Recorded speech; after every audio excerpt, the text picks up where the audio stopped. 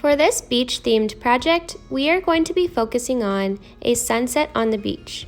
We are also focusing on the executive functioning skill of working memory.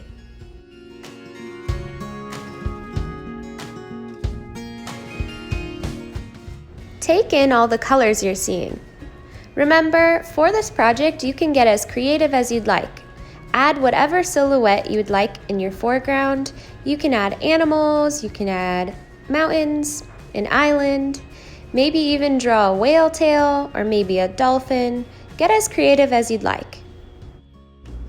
Here are the supplies that you'll need for this project. Remember, you can pause the video at any time. You will also be needing a fork for this project. I recommend using a plastic fork rather than your silverware. So let's get started. The first thing we'll need to do is draw the horizon line. The horizon line is what separates the ocean from the sky. So you can play around with turning your paper if you want to have a horizon line that runs horizontally across your paper, or if you'd rather have your paper portrait style and have it be a little bit taller. Once you've decided, draw a straight line for your horizon. Next, we need to draw the sun.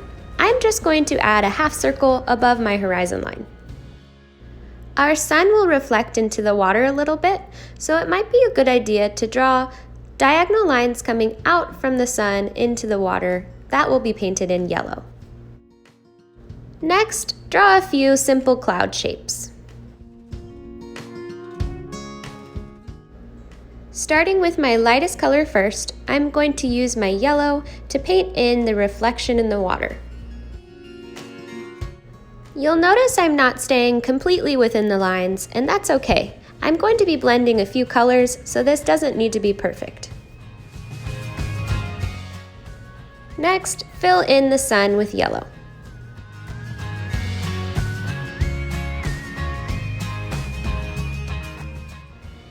Next, I'm going to be adding more yellow around my sun. I want to bring this out till about 2 fingers from the edges of my paper and maybe about halfway up above that horizon line.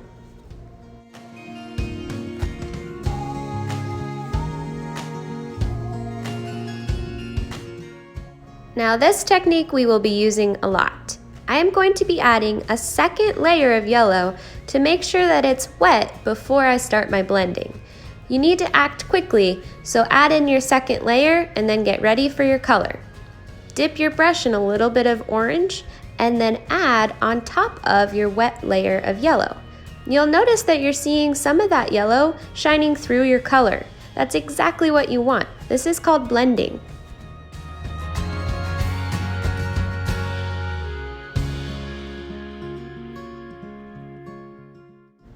Sometimes I find it easier to turn my paper and then pull down with my brush, but you can decide how this is easiest for you.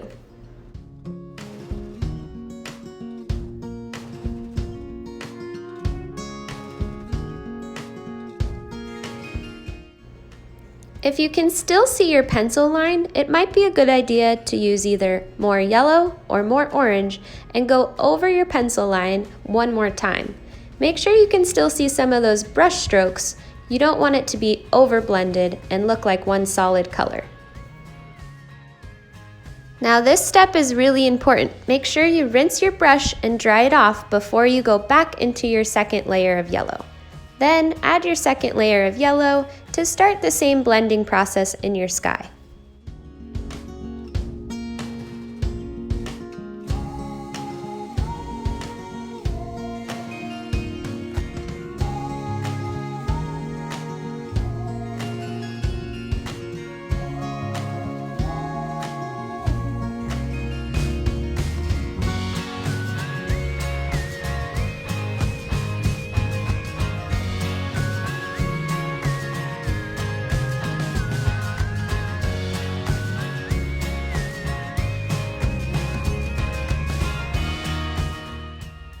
If you feel your sky is looking too red or too orange, you can always add more yellow, especially around your sun. I also really like the way this looks, so I'm going to add a little in my reflection, but you don't have to.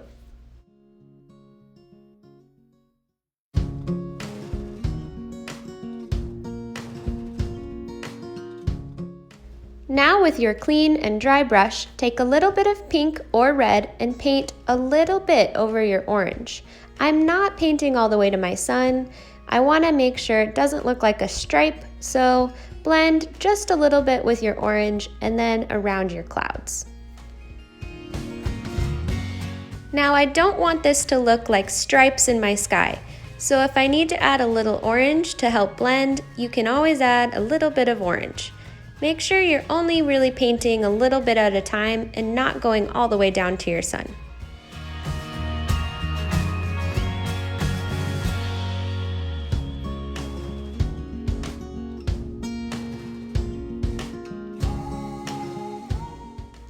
I'm trying to avoid a heavy outline, so I can use my brush and dot my paint bristles along the cloud outline so it looks more bumpy. And now we're ready for our final color. You can use purple and start blending all the way to the top edge of your paper.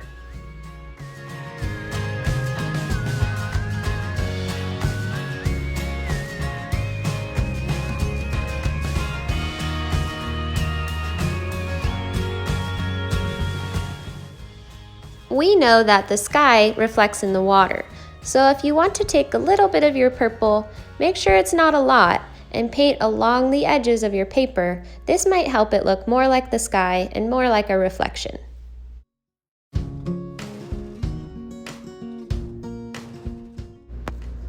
And I just really want to make sure it's blended, so I'm going to take pink and red and cover that purple so it doesn't look so dark.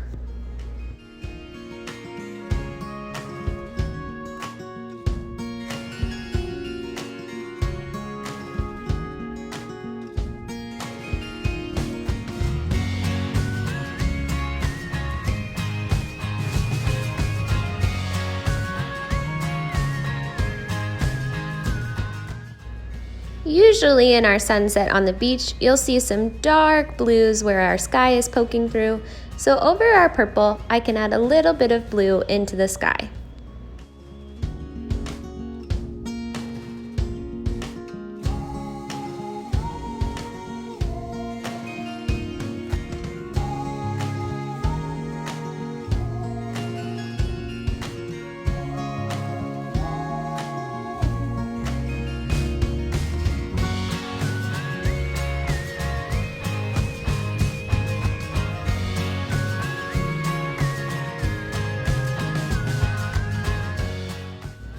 Now we need to rinse and dry our brush really well for our next colors.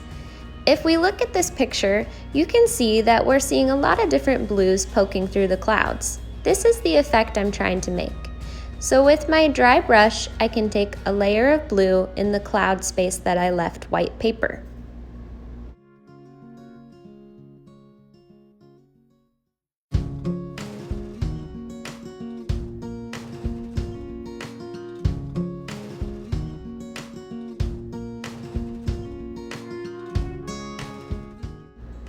You might need to add a couple layers, especially if you're using tempera paint.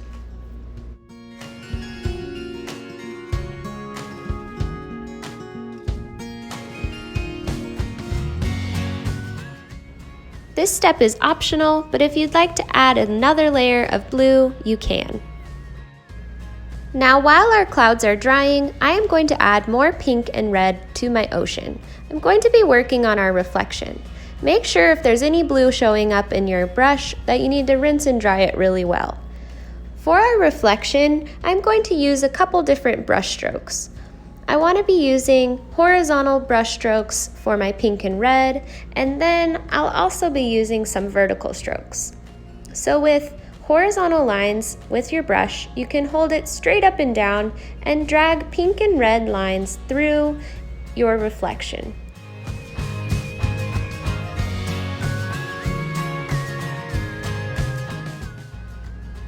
You can add as few or as many lines through your reflection as you'd like.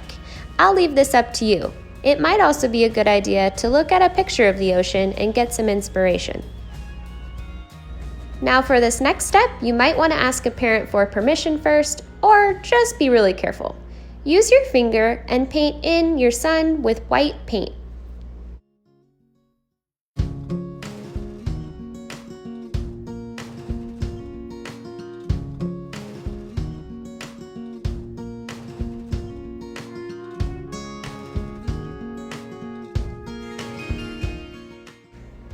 Then add some more horizontal lines using your finger with white paint. This should look a little blurry. If you get too much on your finger, wipe it off with a paper towel and try again. Now using a clean finger, drag vertically through your paint, about 3 or 4 times. Then you can add a few more horizontal lines with your white paint.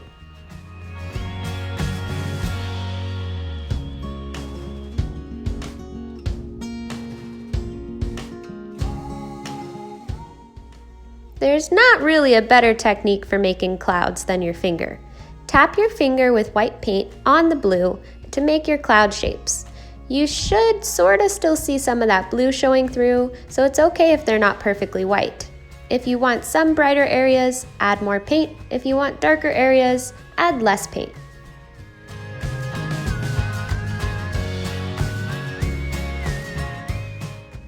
Now our project needs to be dry before we move on to the next step.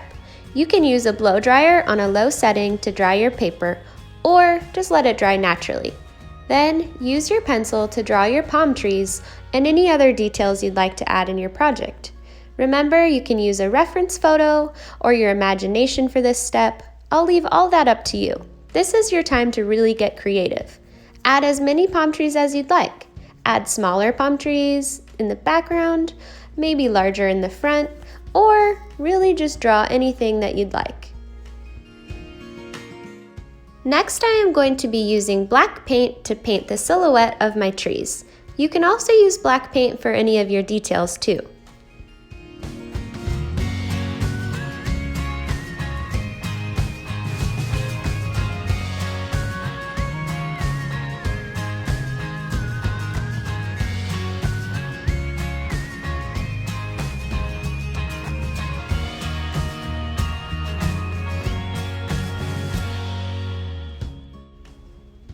For our palms, I like to add a little bit of water to my black before I get started. Then, taking my brush, I'm going to paint my palms.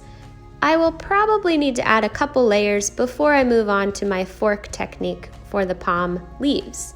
So don't be afraid to build up the layers. You want to do this pretty quickly before it dries.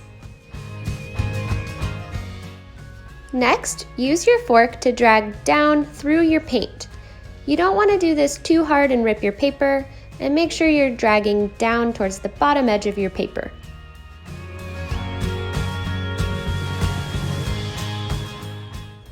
If your paint was a little too dry, you can add a little more water to your black paint. You can also just paint one palm at a time. So using your brush, paint one layer, and then take your fork right away and add your palm leaves.